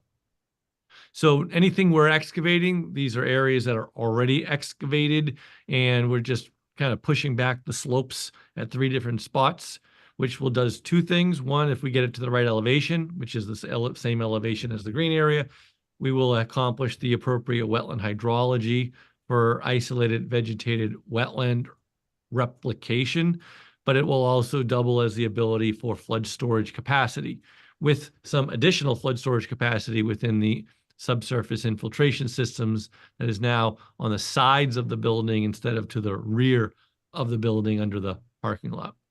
Now, the other nice thing about the modification that we made is if you look at the upper site plan on the left-hand side of the green, there was a fairly long, elongated section of excavation that was going to be required into this steep, 8-foot slope or something, right? And so that was going to have to, we were going to have to chase that slope back, and then you would have excavation that would start getting a bit closer to the more naturalized BVW. In the scenario that we have now on that lower map, we're not pushing back very much at all into that rear part of the site, so as to keep more and more of that natural BVW buffer zone intact. So the new program, and I think now, if you don't mind, Kim, you could zoom into that lower map, because that's the focus of this conversation. Yeah, this one right here. And I think this graphic does a good job at highlighting the important pieces of this.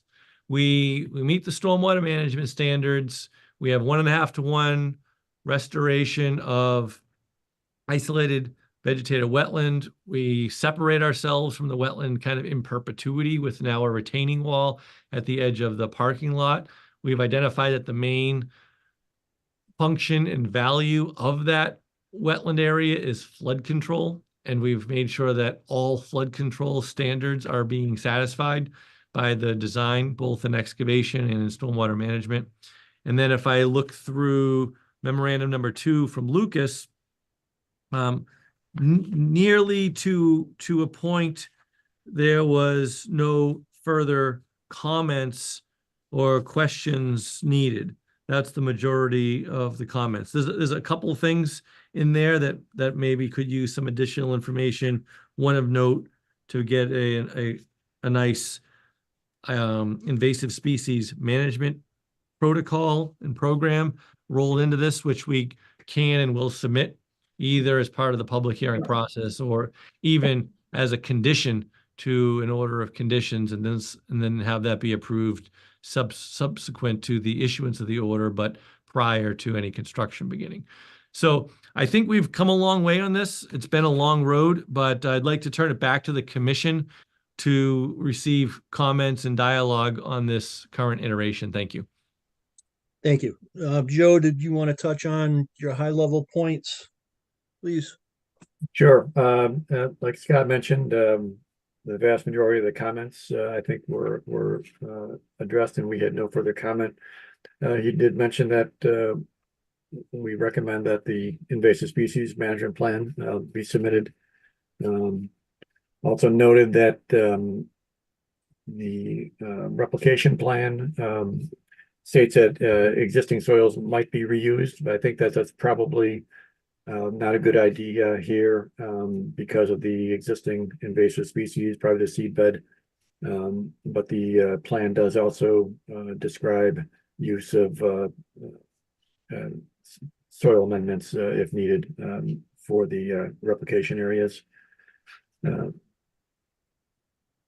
With regard to the stormwater volume, I guess the general question is the isolated land subject to flooding, is flooding being increased into that area? And it sounds like from the discussion that with the stormwater management that's not being proposed to increase, and that would potentially impact the proposed replication areas and the existing isolated vegetated wetland if there was an increase in the hydro period, say, if additional water was being put into the area.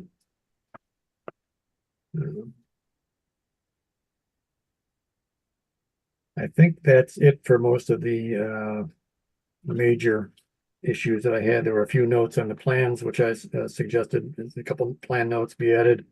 But I think that pretty much covers the points that I had remaining.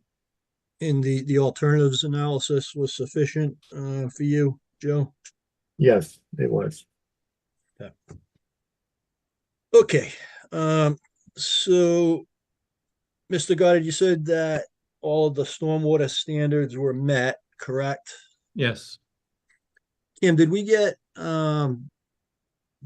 a peer review for the stormwater portion of this project? There was a This is on my notes to talk about. So when this project was filed, I think it was like 8 to 10 months ago, the applicant had also applied for a site plan review and a stormwater management permit through the planning board. But since that time, the applicant has withdrawn those permit requests. So I talked to the planner and he indicated that there was not a stormwater review completed via the planning board. So typically how it works is that the Concom will jump on the stormwater review completed for the planning board. But in this case, because the application was withdrawn, we have not had a stormwater review. My recommendation to the commission is to have an engineer take a look at this for compliance with the Massachusetts stormwater standards, and also just to verify the ILSF calculations, compensation calculations. I would bump it to the applicant to ask them if, when an engineer is looking at this project, if they would desire for that engineer to also evaluate the project under the Hopkinton local stormwater regulations, if that is something that they will be headed for regardless. We had a initial stormwater review on the first plan. It's changed, so we would want or hope to be able to get the same engineer who did the original review to look at this new one. What engineer was that, Mr. Connors? I'm thinking it was Beta, but I don't recall specifically. I certainly can look in the records, but this plan was ready to be approved pending conservation from planning board, but it just went on and on and on. So we withdrew it. Potential changes in members and voting. Yeah, that's if you want to look into that and let us know who it was. Matt and Melissa, is there any conflicts with you folks if Beta does the review of Through the this? chair? Yes, Kim. Unfortunately, Beta no longer works for the town of Hopkinton. They're not Right. taking on any new work, so hopefully it wasn't Beta. obviously we have different contractors that we're working with now that are on call. So unfortunately though, I don't think we'd be able to continue with Beta at this point. Yeah, so it'd be, if you can let us know, Mr. Connors, we have Weston and Sampson and Ty and Bond that are contracted with the town currently, as well as Lucas, but Lucas isn't. They're not stormwater review engineers. Right, I'll check and call that. Okay. All right, I'll open it up to, that's the only question I had, so I'll open it up to questions, comments from the commission members. Through the chair. Yes, Kim. I got a lot of questions. I was wondering if Mr. Goddard could run us through the alternatives proposed, just to give me a better understanding of what that looks like. So what I tried to do at the beginning of this was to share the previous version versus the current version. Those were the alternatives considered for this application. Was there something more than that you were looking for in our discussion, Kim? Did the applicant consider a different configuration of the building or a smaller building footprint? George, do you have any comments on other project considerations that may have been done out here? Yeah, we went to this with a two-story building. It's the minimum footprint that we could possibly get for the site. So we went to 2 stories.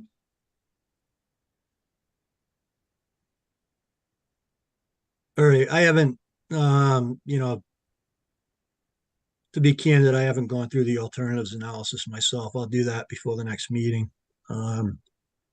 But that information is captured in the alternatives analysis, Mr. Connors. Yeah, I think there's some discussion of it. Recently, I read, I think in the Lucas report, Lucas review. Yes, we had indicated that in the beginning. Okay, if you can double check, and make sure that it captures, we'll look at it at our end. I will. If you can just double check to make sure that's, as comprehensive as it should be, and it captures the different alternatives that you looked at, that would be helpful. Through the chair, Yes, I Janine. just wonder why this is the minimum size building? Could it be smaller to get it out of 50? The zoning line is 60 feet back from the street. That leaves a very small area. You can see almost Mr. Goddard's dark yellow line. That's about the 60-foot setback. Right, but could the building be smaller? I don't know why this is the minimum size building. That's Well, my confusion wouldn't is. be economical to build that site with a smaller building. We went to 2 stories rather than 3. And we have minimum size driveway going around it with fire protection radiuses for trucks. The building is 5,000 square foot on a base.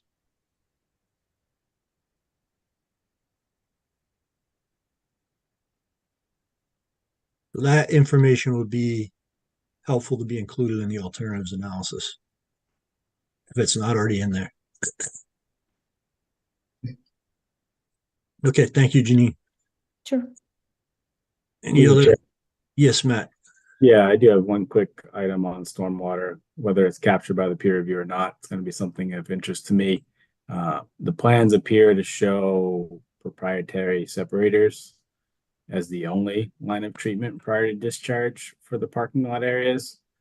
The handbook currently only allows you to use those as a pre-treatment measure for new developments. So if anything's going to be routed directly to the resource areas, it would typically want to be the clean roof runoff, and the parking area runoff would want to be routed through a treatment, either a proprietary separator, 4-bay, etc., isolator row in the infiltration system, and that recharged. So we want the cleaner water discharging directly, the more polluted water to go through the appropriate treatment drain before discharge. And from what I'm seeing here, it's flipped the opposite way.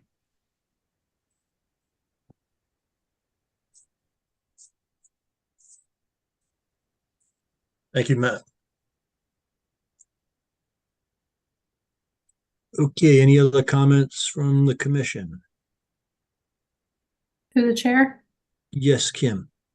The regulations indicate that there's a waiver process and a burden of proof for alteration of resource area and 50-foot no disturb zone.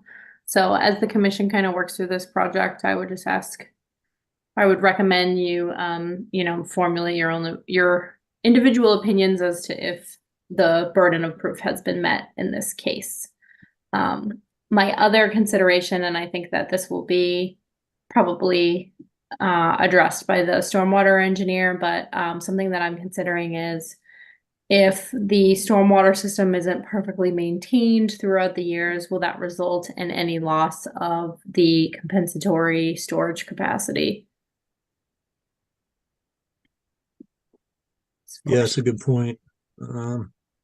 Yep, okay.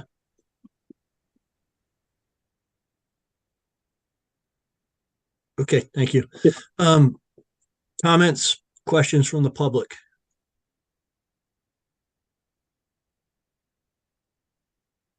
I don't see any hands raised. Matt, did you have another comment? Nope, I'm good. Okay.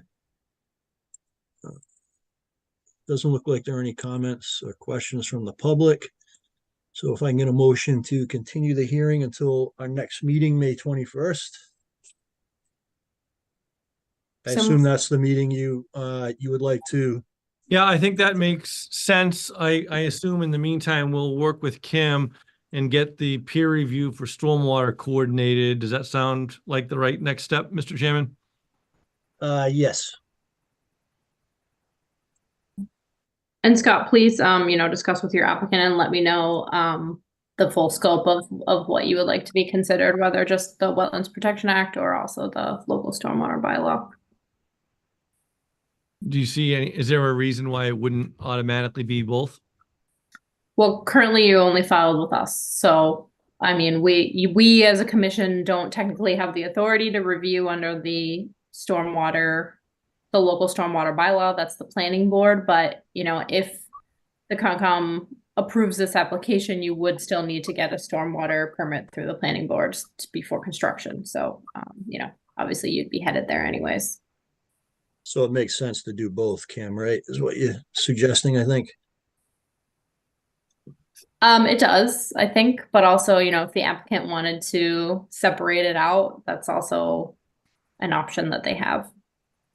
Okay. Okay, we'll discuss that, Kim, and confirm with you. And we'll also find what prior efforts have been done on this property and by what firms. All right, thank you.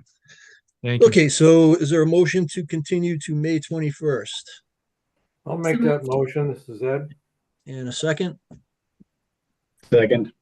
And we'll do the roll call. Melissa, Aye. Janine, Aye. Matt, Aye. Ed, Aye. and I'm an aye. Okay, thanks again, gentlemen.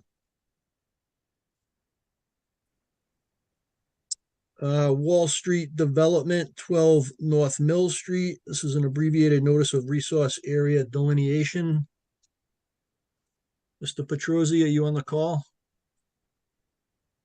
He's not on the call, but I'm here as a stand-in. Okay. I don't have much to add, just to be kind of a listener and then report back to him. I understand that him and Kim are discussing issues regarding peer review fees. That's all I know at this point. Yeah, so, I think the messaging to Mr. Petrosi is, fees are non-negotiable. But let me allow Kim to kind of give the commission some context. I know she's been talking with them since the last meeting, so it would be helpful to get an update from Kim. Sure. So this project is an ANRAD application for 12 North Mill Street. The Conservation Commission and our peer reviewer reviewed the BVW boundary previously. The commission discovered that there was an intermittent stream interior to the BVW that had not been flagged or confirmed previously. So the applicant added the intermittent stream to the ANRAD plans. However, the applicant elected at that point to let me know that he did not intend to fund further peer review. So I instructed our peer reviewer to stop work. Therefore, the intermittent stream bank flags that were added in association here with this intermittent stream have not been reviewed by our peer reviewer. So at this point, we have outstanding invoices, but we do also have, some understanding about the ANRAD. I spoke to Mr. Petrosi today and let him know that those invoices were still outstanding for work that had already been completed by the peer reviewer and did not have anything to do with the stream. And he had indicated that he intends to fund those invoices. That's about all I have. Thank you for the update, Kim. You're welcome. So the intermittent stream wasn't reviewed by Lucas, but as in other ANRADs, we can close it with the understanding that that boundary hasn't been officially designated through the ANRAD process. Yeah, so in all Through of the my chair. ORADs, I specifically name the flags that are being confirmed and associated resource areas and jurisdictions. Got it. Chair. Okay. Yes. Yeah, a portion of that intermittent stream was reviewed initially, the one that cuts through the middle of the site. Mhm. The additional one coming off of North Mill Street, that was not reviewed. Got it. Okay, Joe. Thanks for the clarification. So the one in the middle of the site, we can confirm. The lower one to the northern portion, we won't confirm those boundaries. Ed, did you have a question? No, just that I have walked across the site. I did find an odd spot that my feet didn't get wet. This looks to be an incredibly challenging site, and that's all I have to say. Through the chair, so Yes. can I confirm? I think I know the answer to this, but I just want the confirmation. So since we are not confirming some of the boundaries of the intermittent stream, if an NDA comes before us, they will need to be confirmed at that time. Like, they'll need to go out and confirm the intermittent stream at that time. If So- there's proposed impacts to that resource area, Janine, they would. If there's Okay. no proposed impacts, if they stay away from that area, and there's no incursion, then they wouldn't necessarily need to confirm it.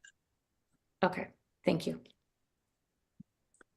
And just, Kim, it might be helpful to kind of give a little background on the site, because this is our, I would say, I think 18 or 20 years ago, this came before the commission by Mr. Petrosi. It was denied at that point in time. What was proposed, I think it was a single family home, if my memory serves. It was denied under the bylaw, but I believe it was approved under the act. Does that sound right, Kim? I don't want to misspeak. Or maybe it was denied under both. I know, now I'm trying to scratch my head. I think it was double denied. Was it double denied? I think you're right. Yeah. Anna, do you So- remember? Was there was there a superseding order? Yeah, I believe so. This I was don't remember off the top of my head. I can look it up quick. Yeah, we can. I would just- suggest. Yep. Through the Sorry, Ed, to chair, interrupt. I would suggest anyone who's half curious to get some good boots and take a walk through this. I fail to understand how someone could find a place to put a house here and to gain access to it. it's very wet. Right, and this is just a resource area delineation at this point. Through the chair? But, yep, I just need to caveat that by saying anyone who is a commission member, if the ANRAD is still open, can access the property. If the application is closed, there's no longer access unless a new permit is filed. So we just want to be respectful of the private owner's rights as well. yeah, that's a good point, Kim, thank you. Through the chair. Yes, yeah, Yeah, it looks like it was originally denied under both the act and the bylaw. Then there was a superseding order. Then I see another bylaw only denial. And then it looks like it went to Superior Court. right. What year was the original? Permit 1997. Yeah, 1997. Yep. Okay. Okay. All right. So, Mr. Goddard, did you have any questions? Nope, I understand it perfectly. Thank you. Okay. All right. So, Kim, I guess hopefully at the next meeting, the outstanding invoices will be paid, and then we can, vote to approve and close this filing, if that's the case.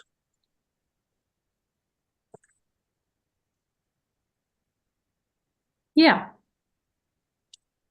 All right.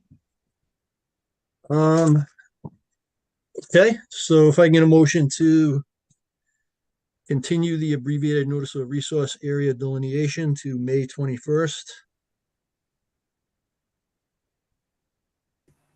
So moved. And the second, Second.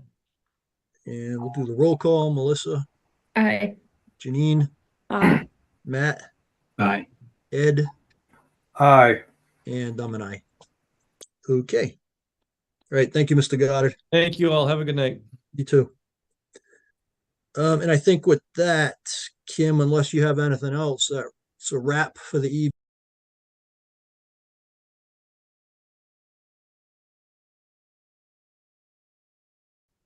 Oh, thank you. All right. Yeah. I'm glad one of us is paying attention. All right, 70, so Brieski Law Office, 71 West Main Street. It's a request for a certificate of compliance. Kim, did you want to give us some background, please?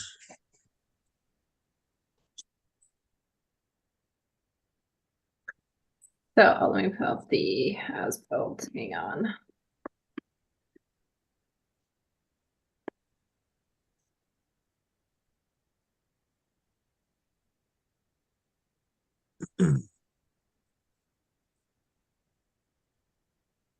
There we go. Okay. This was, so the original order was for the conversion of a single family home into a dry cleaning business and associated parking area and stormwater management system. The stormwater management system consisted of a trench drain, a manhole, and a small subsurface infiltration area. So the applicant's requesting a certificate of compliance at this point. I did receive from GLM and O&M inspection report for the subsurface infiltration. Lucas went out and provided a review earlier in April. Everything kind of checked out except for there was some like debris in the back, just kind of like junk in the back of the lot. And the trench was kind of full of guck, the drain trench up here. So I had reached out to the lawyer.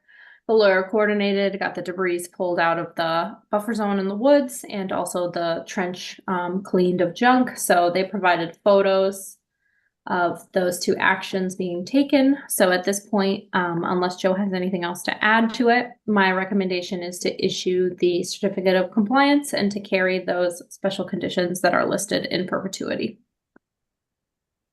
Okay, thank you, Kim. You're welcome. Mr. Marconaut, did you have anything additionally to add? I have no involvement with this one. Oh, okay.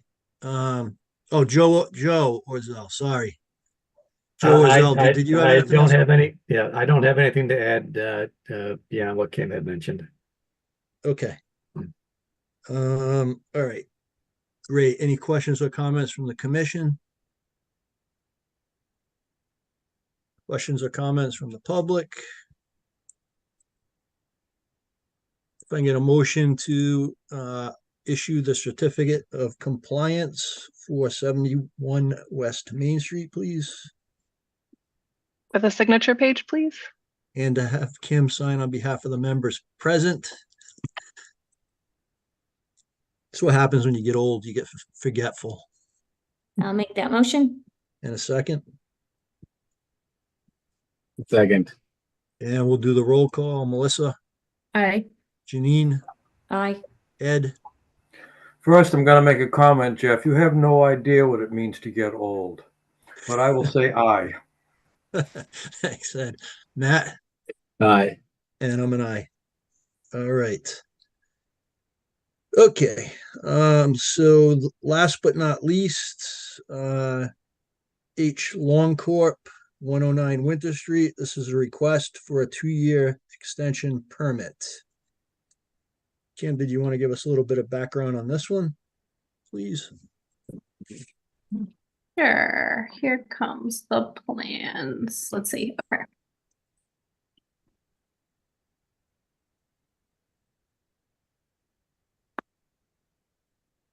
So this is 109 Winter Street. This was a notice of the, or rather an order of conditions that was originally issued by the HCC in 2017 for a driveway crossing over an intermittent stream with a culvert for access to a single family home, construction of that single family home, and the associated utilities and grading. So in 2020, the commission also issued a 3-year extension for this application. In 2023, the commission issued a 1-year extension. And now in 2024, the applicant is requesting a 2-year extension of this order.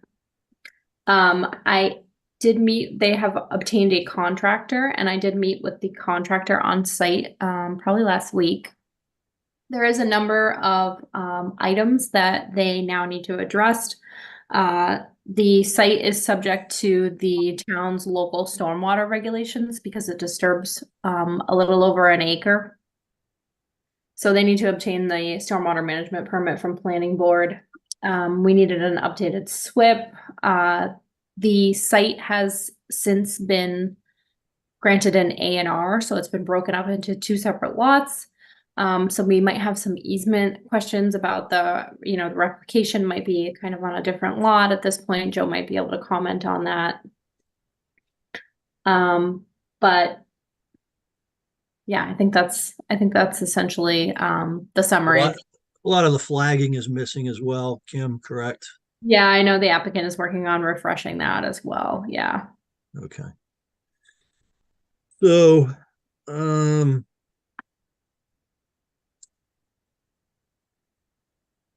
my sense, and I want to throw this out to, Kim and the commission members is, there's a lot has changed since the original application was filed back in 2017, or when the order of conditions was issued in 2017. It was filed prior to that. Most significantly, the lot line change. But, given the complexity of the site, the stream crossing, having to meet the town's stormwater regs, I'm just hesitant to extend this out another 2 years. I think it might be time for a reset on this one. But that's my thoughts. Let me throw that out there for the other commission members. I would agree with that.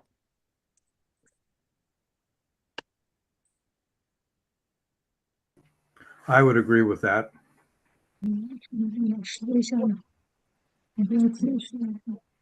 Yeah, Mr. Chairman? this looks similar to another lot we've seen recently and held to a particular standard.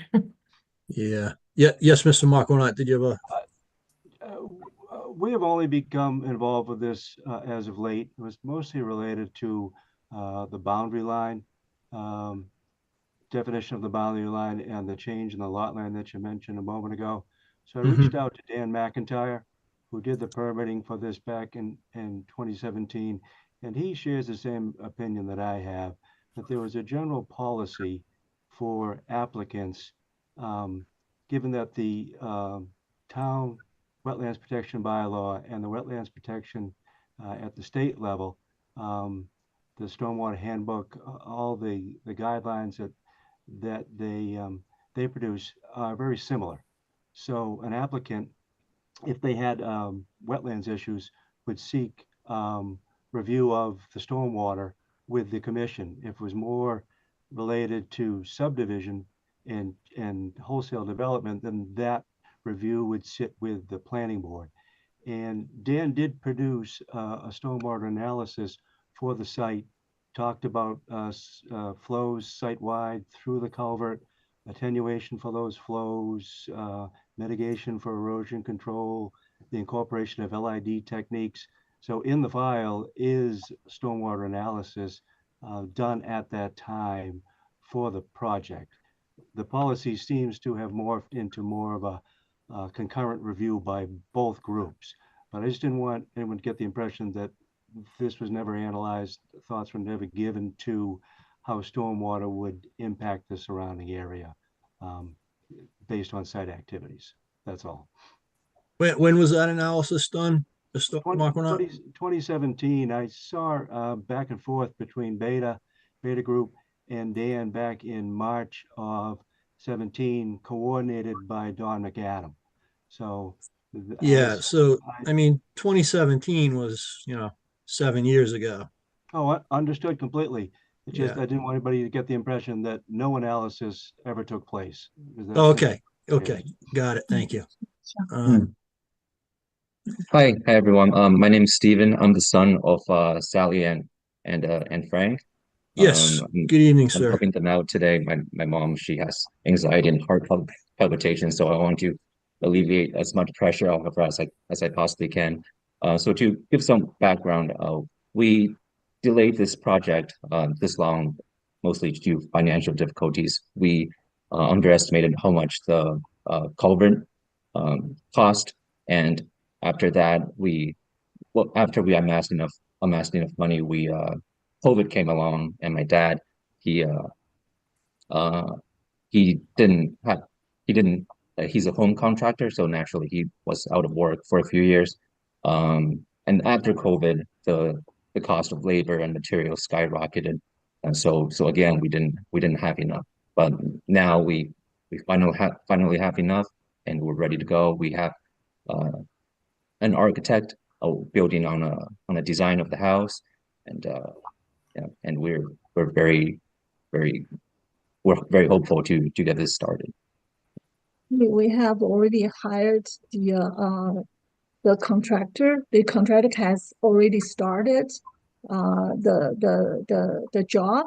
Like they ordered the culverts, and we have hired the architect designing the house, and almost done. As soon as we got this design, we will have the builder in to build right away.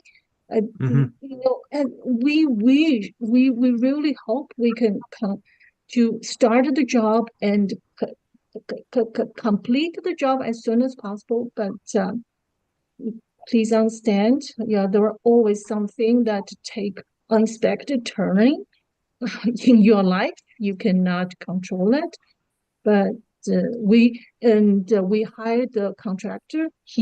Why we hired him?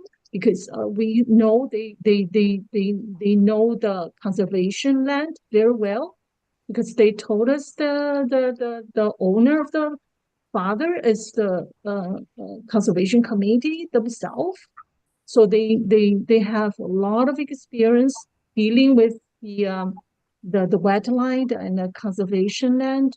So Who's the contractor, ma'am? CMS, CMS, yes, Charlie Michael Sam.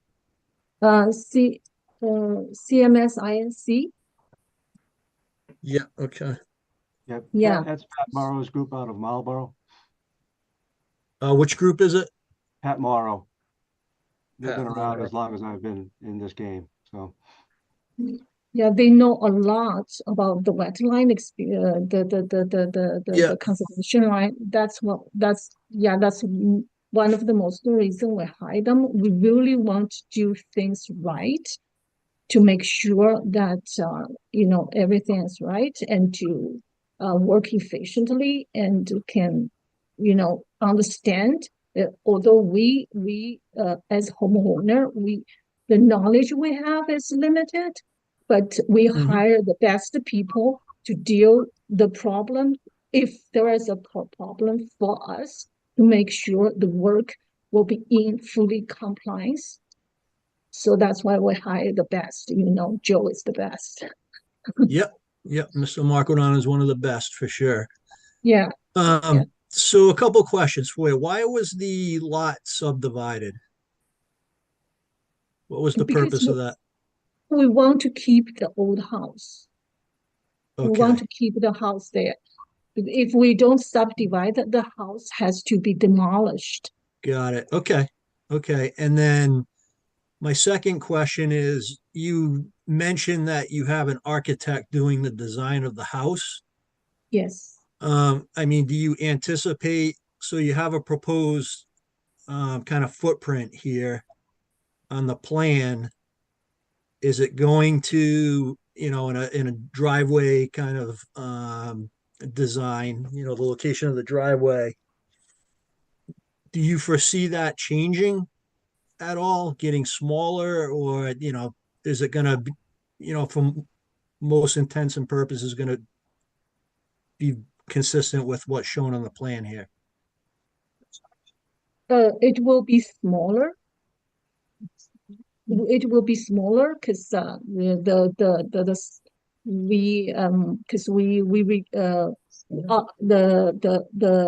budget, because of the budget, so it will be smaller. Okay, but it's gonna be in that location? It should be. I think that the architects are. Huh?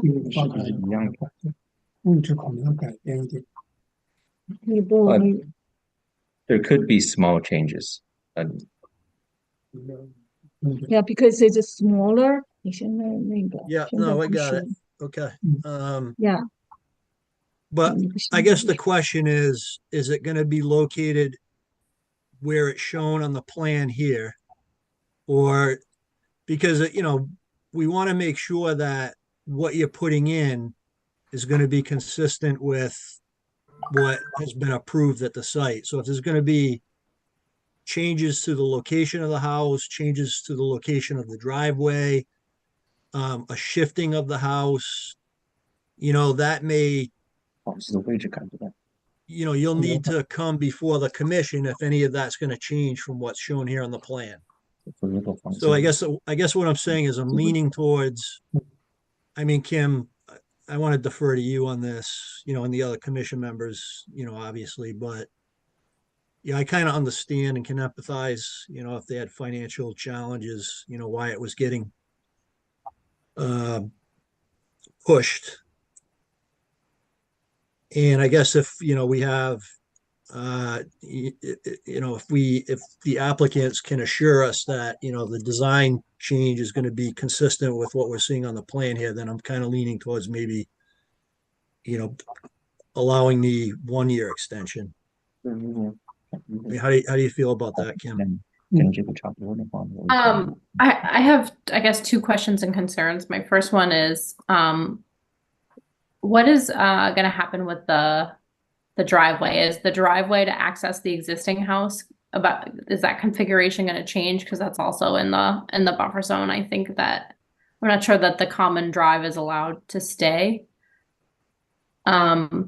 So just the applicant's plans on that, like, is that gonna end up being changed? And then the second thing, my bigger concern with this site, and maybe this is just something, you know, to work through with the site contractor. This is a pretty steep slope down to the resource area in the stream. I just want to make sure that if this gets grubbed, which is the applicant's you know, first kind of move, because they need to take soils from this area to build up this area and install the culvert, that it is, you know, properly maintained, erosion and sediment control is properly maintained, so that we don't just kind of have this mudslide down to the resource area. It's my big concern is the big slope down to Yeah, the area. Like it's very management is gonna have to be very, very, very tight. It reminds me of the Fruit Street sites.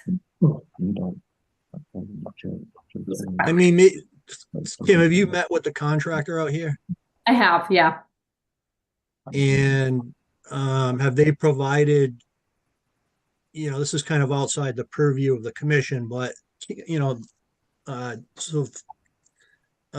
for the applicants, you know, Kim has an important point here. You know, there's a lot of work that needs to be done at this site. You know, there's a culvert that's being put in, a very long driveway. You know, there's a lot of slope that needs to be graded and movement of soil, you know, and construction costs have been increasing. So we don't want to get into a situation, as Kim had said, where the contractor comes in, grubs the site, you know, and then there's, you know, no budgetary resources to complete the project. Or if you run into issues, you know, that it remains, you know, a grubbed, undeveloped property for, you know, a number of years. And that's not really under the, I guess you know, that's not really for us to contemplate. That's something that you as the applicant needs to contemplate. Where it will affect you is if the project isn't, you know, maintained from an erosion in, you know, from an erosion control basis, then, you know, fines will be issued to you, right? So if it's sitting there and it's not being maintained and you can't build the house, you know, we don't want to have to issue a single family homeowner fines for a project like this. You know, we try to avoid it. So we just want to make sure that you're aware of, you know, the challenges at the site, you know, and, you know, what the expectations of the commission will be.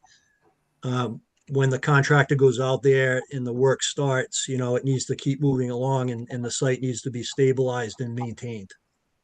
Kim, did you have anything else to add, or Melissa? What's the actual expiration date on this? Is it like imminent? I think it already expired, Kim. June 5th, 2020. In June. June. Oh, June, okay. The applicant asked for a 2-year extension last year and the commission granted 1 year. I don't know, I'm leaning towards a 1-year extension. Just to, you know, work with the applicants. And then we'll kind of see what the status is next year. Yeah, I think that's probably a good idea, Jeff. And maybe since the architect is just coming on board, you know, just acknowledging that, like you said, if there's any significant changes to the plan, then they should come back and we should talk about that. Because I mean, I know a lot of times we get these plans where someone inherits a plan that wasn't theirs to begin with, you know, and then as you work through the process, things change or you try to make it your own, or you inherit a problem that you didn't realize as far as the grades when you really get in to start look at that with your contractor or your architect. The one we had at the beginning of the meeting where they rotated the house, you know, Yeah. Yeah. They just took a box on a lot, and then when they actually got in there and wanted to build their version, it changed and they got into trouble because now we're going to have issues with the foundation in the ground and trying to make that work. So Yeah. I think it's and good. I mean, sorry. Sorry. No, I was just gonna say, I'm sorry. glad that you came today and, are proactive in asking for the extension, and I guess put those things on your radar as you're really building the project and envisioning it as your own. Absolutely. Yeah. Yeah. Thank you for thank you. And yeah, we will keep all those things in mind, and So Mr. Lynn, if you work, as Melissa said, as you're working through the process with the architect, if things start to change at the site, just make sure you're in communication with Kim and Anna at our office, and you're keeping them kind of up to speed on what's going on, if you would. Through the chair. Yes, Ed. This is Ed. I'm trying to remember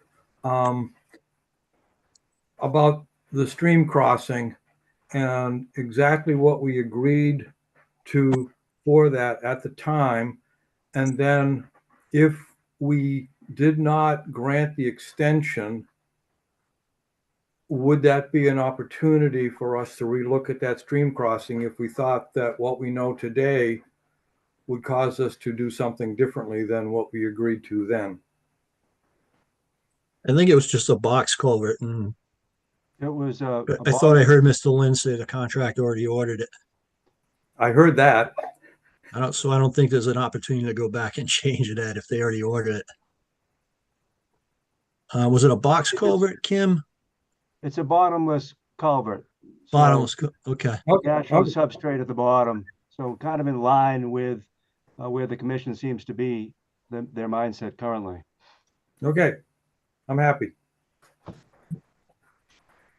I think the things that we've changed, I think the things that we've started to look at differently in regards to single family homes in these lots are like Kim was saying, the erosion, the sequencing of construction, and those type of impacts. Putting roof drainage in dry wells, which I think not sure what went on here, but. Okay. All right. Any other questions or comments from the commission or from the public? Okay, if I can get a motion to okay, I don't see any hands. Issue a 1-year extension for 109 Winter Street.